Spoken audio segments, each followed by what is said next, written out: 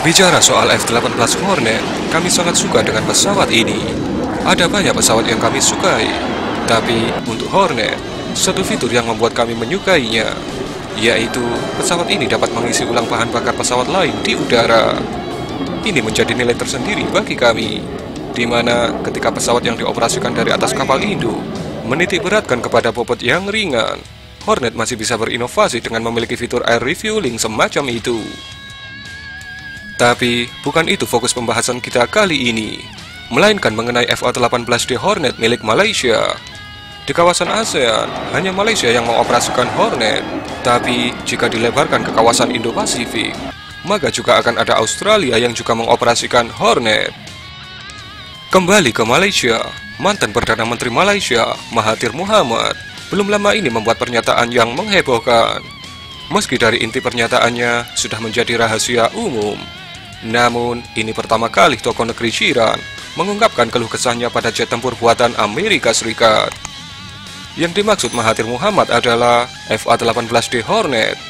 Jet tempur yang dioperasikan Tentara Udara Diraja Malaysia atau TUDM itu memang disebut cukup tangguh. Namun, syarat dan ketentuan operasional yang terlalu ditentukan oleh kebijakan Amerika yang menjadi masalahnya. Seperti halnya nasib yang dialami oleh jet tempur F-16 TNI AU, Malaysia pun ternyata mengalami hal serupa, yaitu FA-18D Hornet mereka tidak dapat digunakan untuk berperang tanpa izin dari Washington. Dikutip dari Indo Militer dan Military Watch Magazine, 20 Mei 2020, dalam sebuah wawancara dengan channel berita asal Qatar, yaitu Al Jazeera, Mahathir memberikan gambaran bahwa negaranya mengoperasikan FA-18D Hornet dengan batasan-batasan operasi yang diberlakukan oleh Amerika Serikat. Mahathir mencatat tentang ketentuan yang diberlakukan oleh Amerika yang tidak menyediakan source code. Artinya, kami tidak dapat memprogram pesawat tempur untuk misi serangan terhadap negara lain. Hal itu bisa saja dilakukan bila pihak Amerika menyelesaikan sistem pemrograman, ujar Mahathir.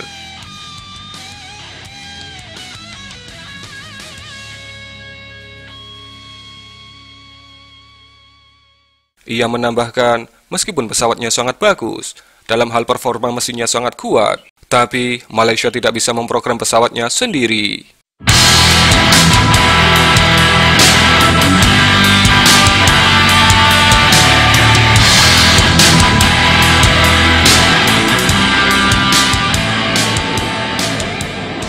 Malaysia harus merujuk ke Amerika Serikat untuk menempatkan program untuk serangan di negara asing misalnya. Jadi, pesawat kami mahal, kami memilikinya, tapi kami hanya bebas menerbangkannya saat parade atau pameran udara saja. Kami tidak dapat menggunakannya untuk melawan negara lain, karena kami tidak mendapatkan source code-nya, tegas Mahathir. Mahathir menduga negara-negara lain juga bernasib sama dengan Malaysia, yaitu tidak mendapatkan source code tersebut. Pun untuk pembelian amunisi, harus mendapatkan persetujuan dari pemerintah Amerika. Singkat kata, jet tempur produksi Amerika hanya dapat digunakan untuk melawan sasaran yang sudah ditentukan oleh Amerika. Pernyataan Mahathir memiliki implikasi yang cukup besar, mengingat Malaysia saat ini sedang mempertimbangkan untuk membeli jet tempur generasi baru untuk menggantikan FA-18D Hornet, MiG-29N Fulcrum, dan jika memungkinkan, Sukhoi Su-30 MKM. Kuala Lumpur sebelumnya telah menunjukkan minat pada jet tempur MiG-35 dan Su-57. Dan Rusia juga telah menawarkan skema trade-in untuk stok MiG-29 Malaysia untuk membantu mengimbangi biaya pembelian MiG-35. Sementara Su-57 digadang untuk menggantikan Su-30 MKM di masa depan.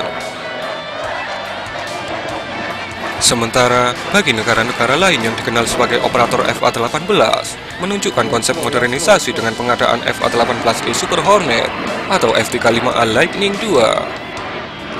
Seperti halnya Australia, yang meningkatkan kekuatannya dari F-18 menuju F-35. Namun, lewat akun pribadinya, Mahathir Mohamad menyiratkan dirinya tidak tertarik untuk mengakuisisi jet tempur buatan Amerika.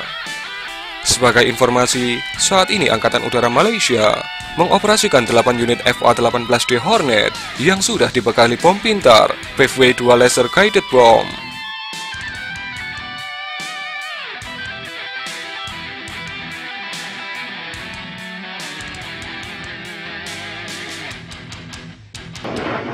Harga dari F-18 Hornet Malaysia sendiri tidak bisa dibilang murah. Per unitnya diperkirakan berharga sekitar 29 juta dolar atau sekitar 427 miliar rupiah.